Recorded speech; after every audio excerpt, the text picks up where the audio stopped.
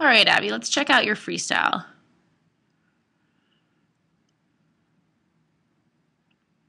Really nice and smooth and relaxed. That looks really good from above water.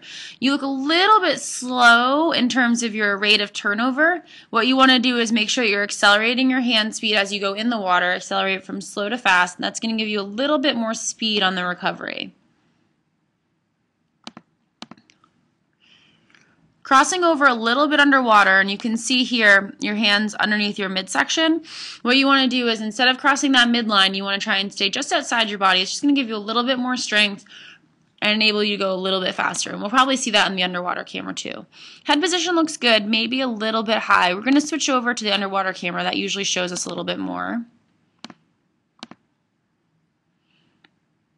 Nice streamline. Pushed off just a little bit deep. You came up a little bit steep. You want to make sure that when you're coming to the surface of the water, it's nice and gradual, nothing too crazy going on, and you want to really work to maintain that speed off the wall. Head position looks good. You can see right before you take a breath is when it starts to lift. So you can see here, eyes are looking straight down, body line looks pretty good along the surface. As you go through this stroke, you can see your eyes start to lift, start to look forward, and then you're really lifting into this breath, and you can see that your body line becomes a lot less horizontal. You want to make sure you're keeping that head in position. When you're breathing, remember, you want to turn that head to the side right in line with your body, and you only really want to have one goggle out of the water. You can tip your chin up a little bit more so your mouth gets out, but you really want to work on maintaining that body line even when you're breathing.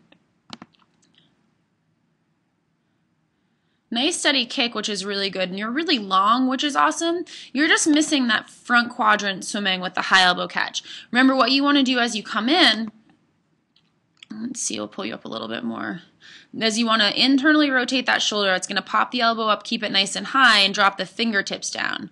We'll go one more stroke here. As you come in here, at this point in the stroke, what you want to be doing is thinking about internally rotating the shoulder, keeping that elbow in the same position, and starting to drop the hands down. So the hand would come down while that elbow stays in the same position.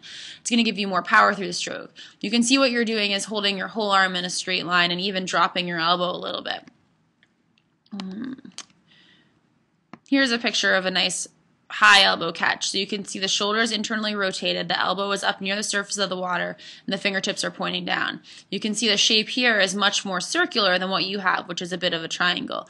You really need to incorporate that high elbow catch. It's going to force you to use your lat muscles, which are much bigger, and it's going to give you a lot of power out of the front of your stroke. Once you can get that feeling of holding on to the water, you're going to get a lot more power, and it's going to make you a lot faster. The other thing we talked about is front quadrant swimming, and you can see here as your left hand starts to enter the water, your right hand has already gone below your shoulder. What you want to make sure you're doing is having one arm always in front of your shoulder. So you can see in this picture as his right arm has entered the water, and the left arm is still in front of the shoulder. This is where you're going to get all the power in your stroke, so the longer you can keep one arm there, the faster you're going to be. At this point in your stroke, there's not really anything moving you too far forward except for your legs, which at this point, because your head's up, because you just took a breath, are actually working to keep your body in line as opposed to actually moving you forward. So I think if you can really think about that front quadrant swimming and incorporate that, you're going to see a lot of improvement and you're going to feel a lot stronger in your freestyle.